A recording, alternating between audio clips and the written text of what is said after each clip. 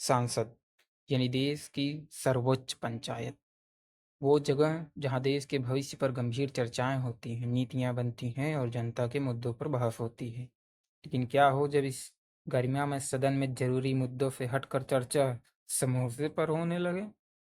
हाँ, क्योंकि पिछले दिनों माननीय सांसद रवि किशन जी ने सांसद में समोसे पर एक भावुक और जोश भरी बात कही। उन्होंने समोसे को आत्मनिर्भर भारत और देश की अर्थव्यवस्था का प्रतीक बताया। इसमें कोई शक नहीं कि समोसा हमारे देश का एक लोकप्रिय नाश्ता है, जो करोड़ों लोगों को रोजगार भी देता है। और रवि किशन जी का इरादा शायद आम आदमी से जुड़ने का था, उनकी आवाज़ बनने का था।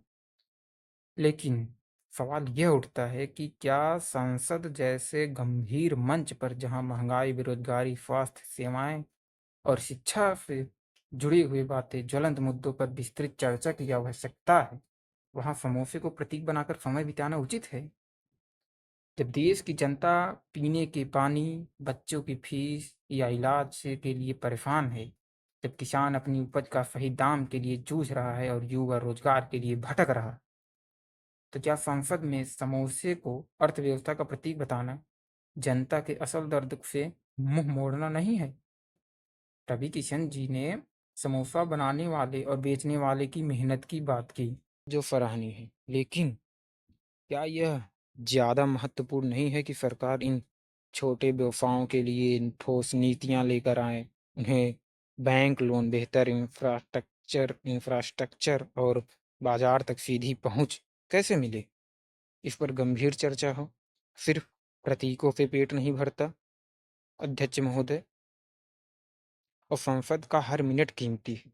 यह करदाताओं के पैसे से चलता है और इस समय का इस्तेमाल ऐसे बिलों पर चर्चा करने, महत्वपूर्ण विधेयक को पारित करने और जनहित के मुद्दों पर मंत्रियों में जवाबदेही मांगने में होना चाहिए, और न कि फालतू जैसी बातों पर। और समोसा भले ही कितना ही प्रिय हो, लेकिन उसकी जगह सांसद के गलियारे हो सकते हैं या सांसदीय कैंटीन हो सकती है।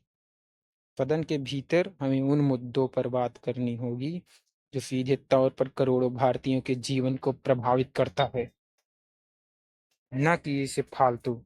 और हम उम्मीद करते हैं कि अगली बार जब माननीय संसद सदन में अपनी बात रखें, तो वह उस समोसे के भीतर छिपी गरीबी, बेरोजगारी और असमानता जैसे उन असली मुद्दों पर विस्तार से बात करें, जो आज भी करोड़ों लोगों की थाली से गायब है।